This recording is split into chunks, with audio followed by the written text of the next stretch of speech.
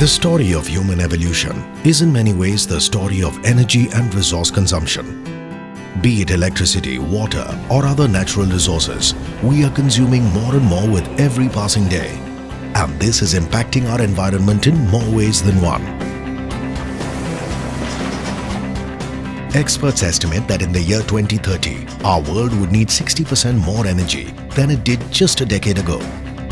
If the balance between demand and supply of energy is not met, then we are headed towards a catastrophe.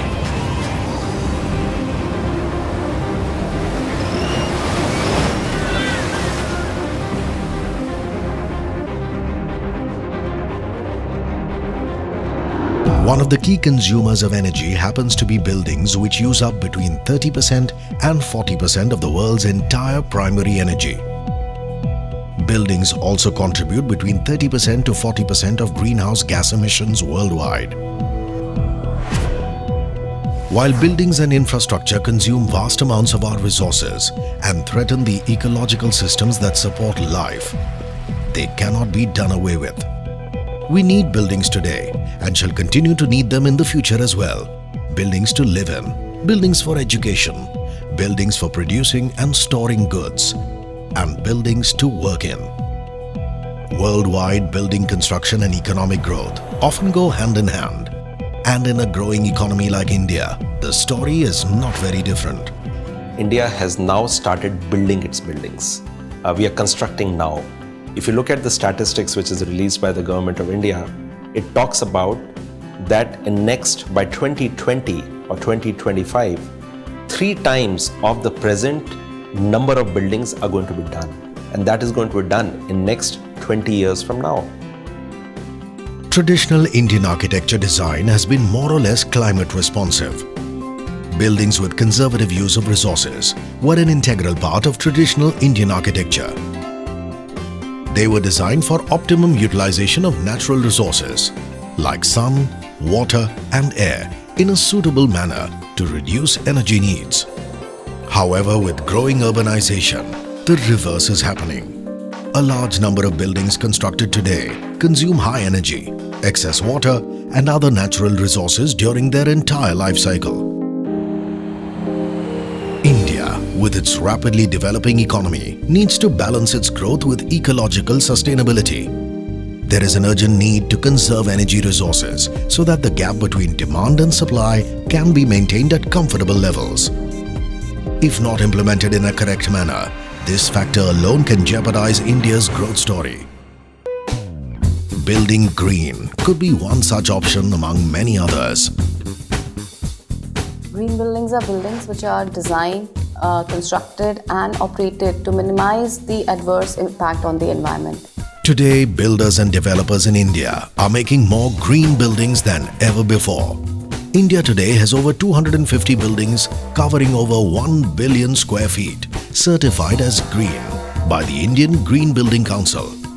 The Indian Green Building Council, IGBC, is taking a lead in promoting the importance of green and sustainable building designs through its LEED, that is, Leadership in Energy and Environmental Design Certification. One such contributor to the green building movement in India is Vidur Bharadwaj, a pioneer of green architecture in northern India.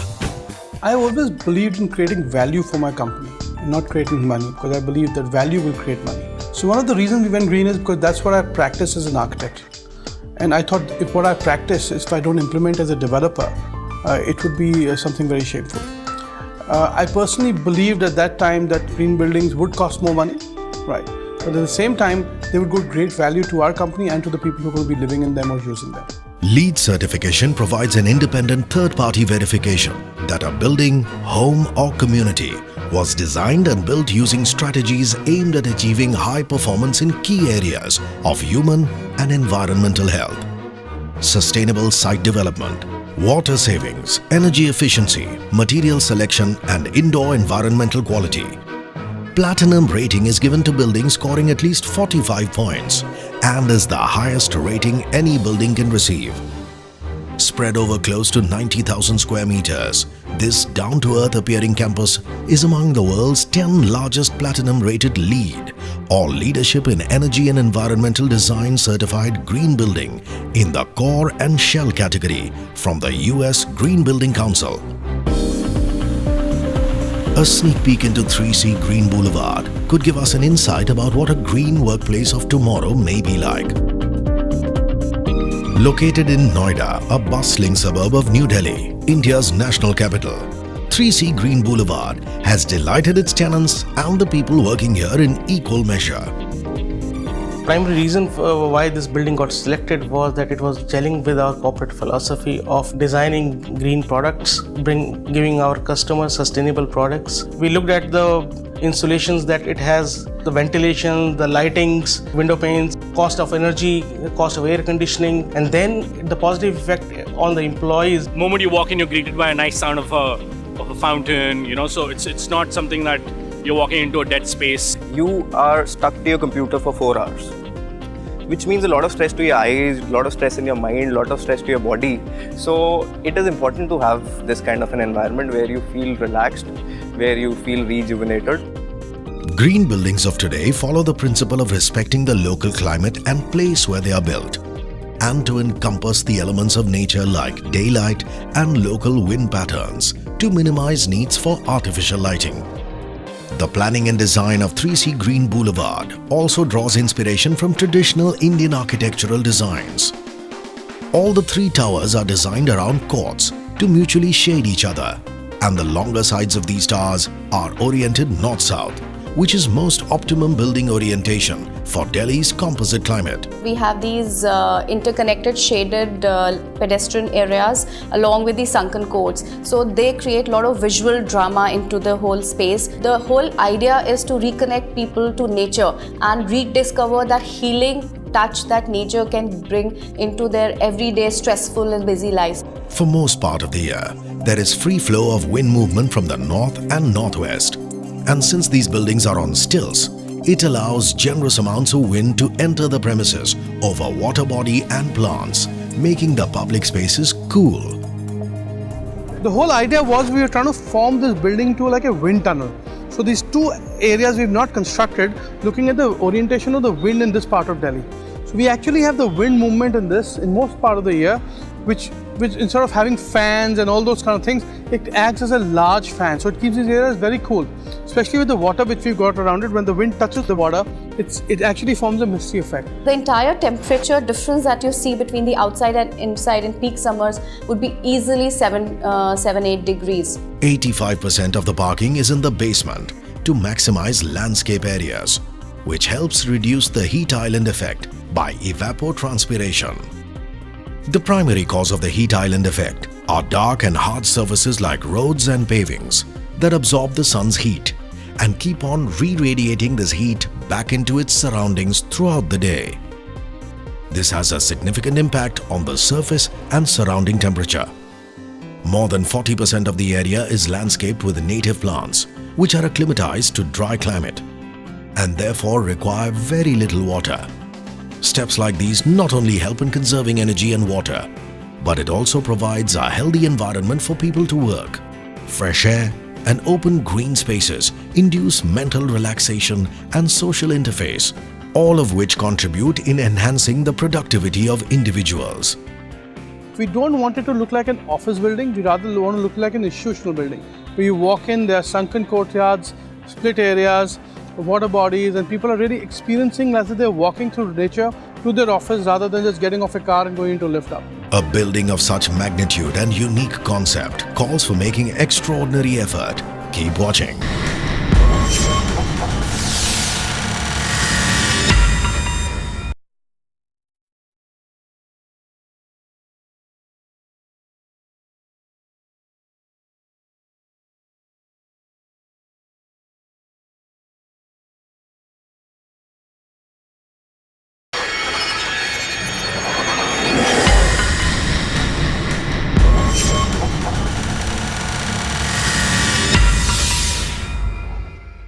Green buildings worldwide are changing the way people work in offices today. But going green is not a cakewalk. A lot of people thought green buildings were about having more grass or even painting the building green. We convinced them from pure statistics, from the fact that if they would go green, they would actually end up saving more money because of energy savings. How does Green Boulevard achieve lower energy consumption without compromising on the comfort levels of the people working here? This has been achieved through passive architecture design and efficient and effective HVAC and electrical design strategies. Buildings gain heat primarily through their envelope, comprising the walls, roof, openings with or without glass and surface finishes. People, equipment and machinery placed inside a building to generate heat. All of this put together pushes up the temperatures. The higher the amount of heat, the more electricity is needed to cool the building. Careful selection of wall materials, roof insulation and reflective surface finishes, as well as selection and design of glass, has helped Green Boulevard achieve energy efficiency. These walls minimize the transfer of heat or cold from the outside into the building interiors and vice versa. This results in lesser cooling loads. In 3C Green Boulevard, the window-to-wall ratio is quite low, with windows comprising just 21% of the entire wall area. The sizing and the location of windows has been optimized to achieve energy saving. The windows here have double insulated glass for reducing the heat gain through them, without compromising on the daylight entering the office spaces. The glass used here has been carefully selected to balance daylight, shading, views, glare, heat gain and cost. Buildings are oriented north-south. We have glare-free light on the north. There's no direct sun rays on the north side. So the longer facades take the advantage of that north side glazing, and the south side you can easily cut off the glare of the sun by just giving horizontal projections. On the north side, we have glass which gets in more light. It has a higher visual light transmission. It has higher conductance comparatively to the south and western glass, where it is a very high performance glass used on the south and west side to get in as much daylight as possible but cut off the heat and the glare. In any building, maximum energy is consumed by HVAC. Reducing HVAC and lighting load is a must if one has to bring down the energy consumption. In Delhi, we get shoulder seasons where typically for 4 months in a year, the ambient air is quite cool. So what we achieved in this building was a process wherein we could flush the interiors of the building completely with the fresh air in case of these shoulder seasons. Thereby, we are able to prevent or stop the mechanical system, the compressor-based air conditioning system from operating completely. This technique is known as free cooling, and it helps in reducing electrical loads, as this campus relies 100% on outdoor air in fair weather season. Green Boulevard also uses pre-cooling techniques to reduce HVAC load. Pre-cooling of warmer outdoor air can be achieved by recovering energy from exhaust streams of toilets, pantry and atrium. Green Boulevard deploys heat recovery wheel for this purpose. This helps in lowering the installed capacity of cooling and heating equipment. Any building is actually designed on an average 283 square feet per tonnage of air conditioning. But this building, due to its passive features and active features incorporated, is performing at 800 TRs approximately per tonnage, which is like phenomenal for any building. Natural daylight is considered far better than any artificial light because sunlight is known to have a balanced spectrum of colors, best suited for human biological functions. Research done globally has proven that people working in natural daylight report an increase in their general well-beings. In 3C Green Boulevard campus, the building depths are optimized to enhance natural daylight and outdoor views throughout the occupied spaces to cut down on the artificial lighting. Windows are designed with light shelves to improve on daylight penetration into deep interior spaces. Green Boulevard is also one of the few buildings equipped with an environment-friendly lighting system. It encourages the use of low LPD or lighting power density, task lighting, and time scheduling of lights by making it a part of tenant guidelines. To further save electricity, the lighting controls in all the common areas including reception, atrium and lift lobbies are connected to daylight sensors. Tangible benefits are very obvious. For example, in this building, you have clients like Accenture, Sapient. Their maintenance cost is down by 6 rupees a square foot on the electricity cost alone, okay, which is a huge cost benefit. A green workplace is not only environment friendly but also good for people's health and well-being, since in office buildings, people spend over 7 hours indoors. Hence, good indoor air quality is a must. Studies have found that quality of air available at workplaces alone could impact people's productivity by as much as 20%. To know more about future offices, keep watching.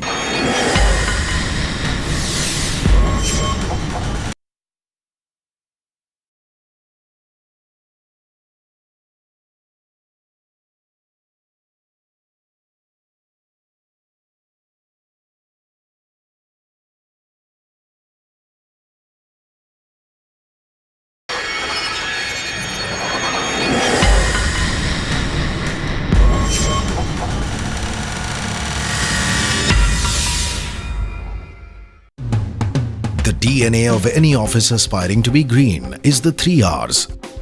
At 3C Green Boulevard, the mantra of 3 R's have been ingrained since inception. However, the journey has been full of challenges.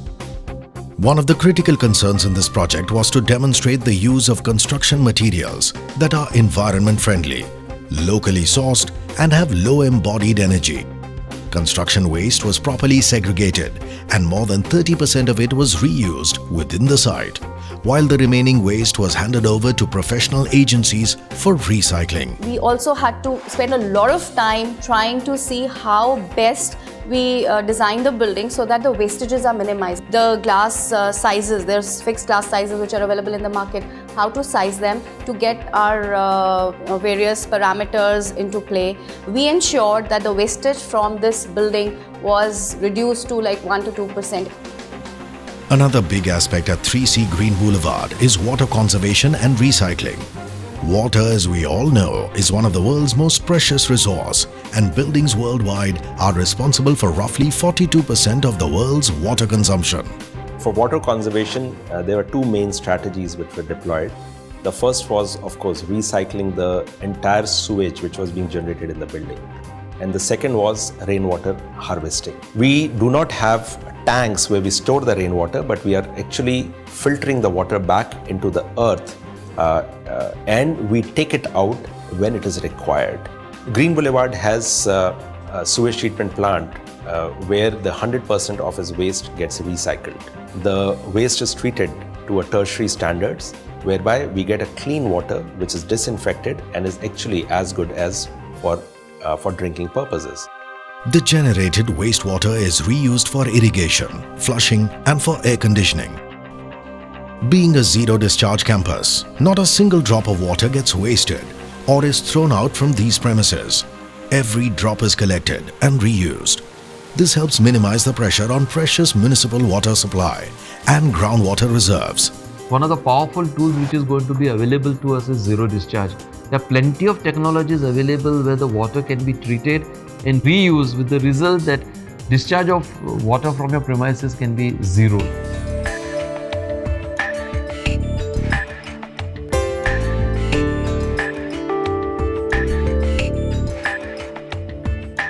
.3C Green Boulevard is a prime example of a sustainable architecture in green buildings.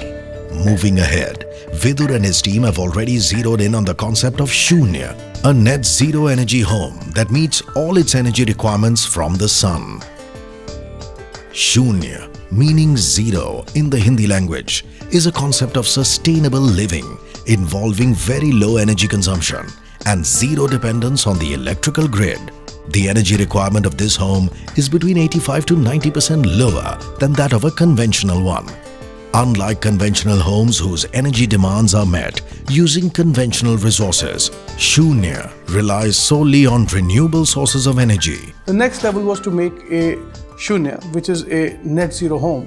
It effectively means that it's a centrally air-conditioned home with all the amenities that a home requires. It's not very big. It's been constructed by using containers, by using recycled materials, and how that with the solar systems and the other systems, we centrally air condition the entire house with no electric connection. However, this is just a small step towards reducing carbon footprint.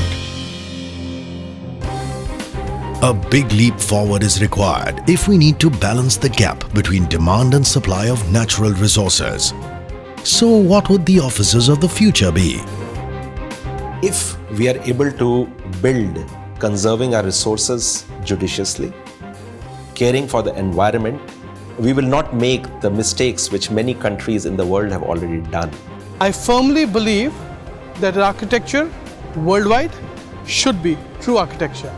It was always drawn from inspirations from the old times. The